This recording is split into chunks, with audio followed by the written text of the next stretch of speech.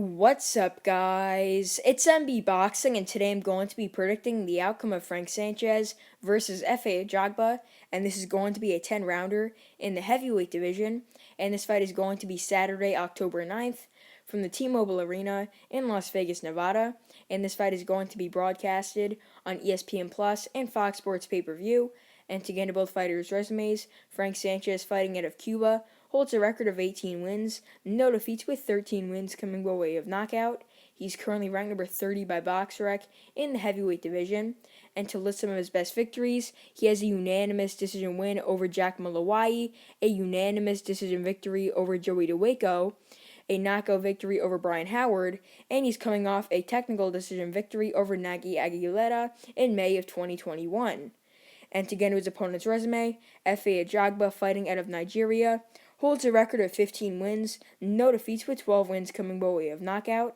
He's currently ranked number 21 by BoxRec in the heavyweight division, and to list some of his best victories, he has a knockout win over Amir Mansour, a unanimous decision victory over Ali Demazarian, a knockout victory over Iago Kaladzidi, a unanimous decision victory over Jonathan Rice, and he's coming off a brutal second-round knockout victory, or should I say a third-round knockout victory, over Brian Howard, where he knocked him out cold with one punch, and that was actually my knockout of the month for April of 2021.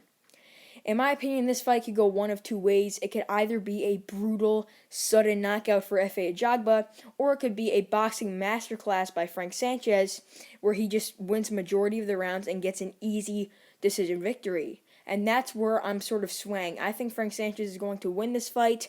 I believe he's got every attribute over Ajagba when it comes to skill, ring IQ, speed, footwork. Obviously, he does not have the height or reach advantage, or obviously the power advantage. Efe Ajagba clearly has more power than Sanchez, but Sanchez is extremely experienced. He's very versatile. He could brawl, he could box, he could fight at mid-range, on the outside, wherever. He is a really, really good fighter, and I think if he wins this fight, he could possibly fight for a world title. He's very, very good, very, very skilled, but remember, Efe Ajagba does have that extremely powerful right hand. We saw that in all of his knockouts, especially in his last fight where he knocked out Brian Howard cold. Frank Sanchez did fight Brian Howard, as I mentioned before, but he dropped him, I believe, 3 or 4 times and still finished him. But Efe Ajagba just caught him with one punch and knocked him out cold. One of the best knockouts of 2021 so far. But how I see this fight going down, just to break down each round, I see early on Frank Sanchez having a lot of success. Efe Ajagba could be able to land some of those right hands, and I wonder how Frank Sanchez will take Efe Ajagba's shots. Frank Sanchez has never been down, never been hurt in his career, but Efe Ajagba has. That is one thing that you need to remember. Efe Ajagba was knocked down by a former cruiserweight, Iago Kaladzidi, where Kaladzidi was hurt, and then Efe Ajagba ran in, left his chin open, and got caught with a beautiful right hand from Kaladzidi and went down. But Frank Sanchez, as I mentioned before, never has been hurt, never has been really hit in his pro career, but this will be a real wake-up call if he does get caught with a clean right hand from Ajagba. Ajagba is one of the most powerful heavyweights, I would say, right now. His right hand is brutal, and if it does land, it can knock you out cold, as I mentioned many times before in this video. But I see Frank Sanchez fighting a mix of that mid-range and on the outside. I can't really see him fighting on the inside and trying to trade with Ajagba, although Ajagba does not really have the best inside game. Yeah, I think it might be smart for him to sort of go to the body a bit, like land a jab to the body and a straight to the head, just to confuse Ajagba, because Ajagba does not have a lot of speed and good reflexes. I mean, he's very, very slow, and he just sort of stands there and stalks opponents. He doesn't really move around like Sanchez. Sanchez has very, very good footwork. He's been training in the Canelo team for just over like a year and a half now. He's a very, very skilled fighter, and he's looked a lot better since going in with Eddie Reynoso and the Canelo team. He's sort of built up more of that balance between that Cuban fighter who likes to box and counter and sort of that Mexican fighter who likes to come forward and brawl. And I love the combination of those two styles because it could really make for a lethal fighter. And Frank Sanchez is that, and I see him getting the job done. As I mentioned before in this video, I see Frank Sanchez fighting a mix of many styles. As I mentioned before, I don't really see him fighting too much on the inside, but he definitely could. go to the body a bit, working those left hooks that he's practiced in the gym many times before. So I could definitely see him boxing on the outside because Ajagba does not have the greatest jab. I know many people commend him for it just because he has like an 85 or an 88-inch reach or whatever it is. It's freakishly long. But he doesn't really use it that much. He only uses it to set up his right hand.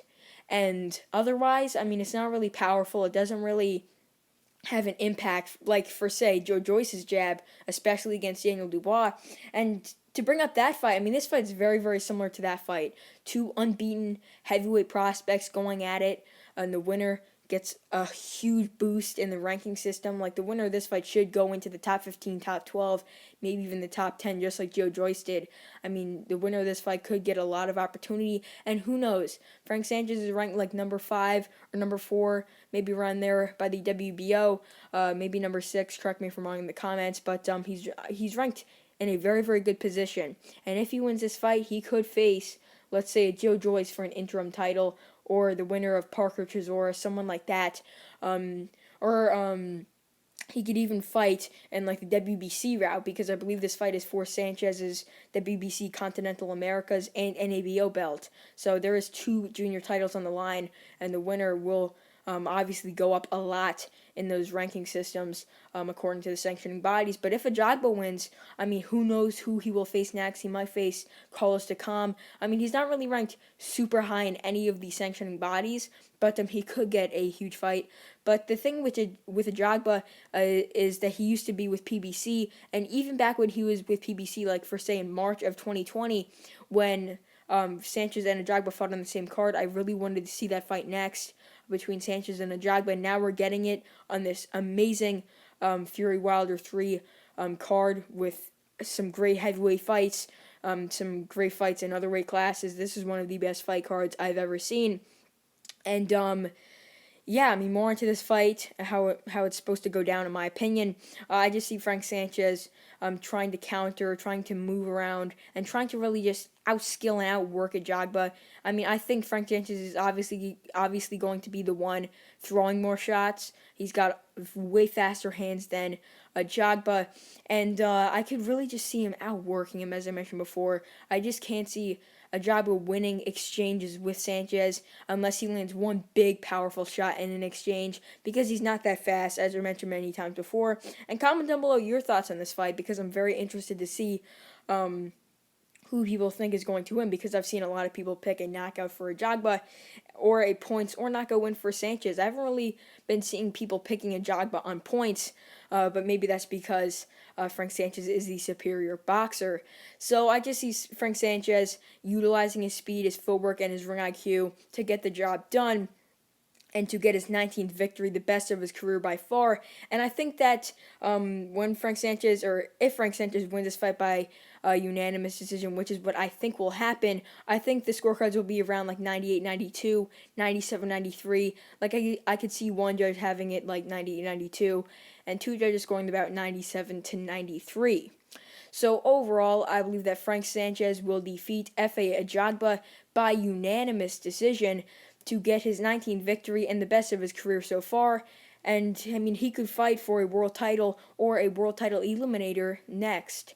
And, yeah, that's really it. I'm MB Boxing. Thanks for watching, and I'll see you guys later.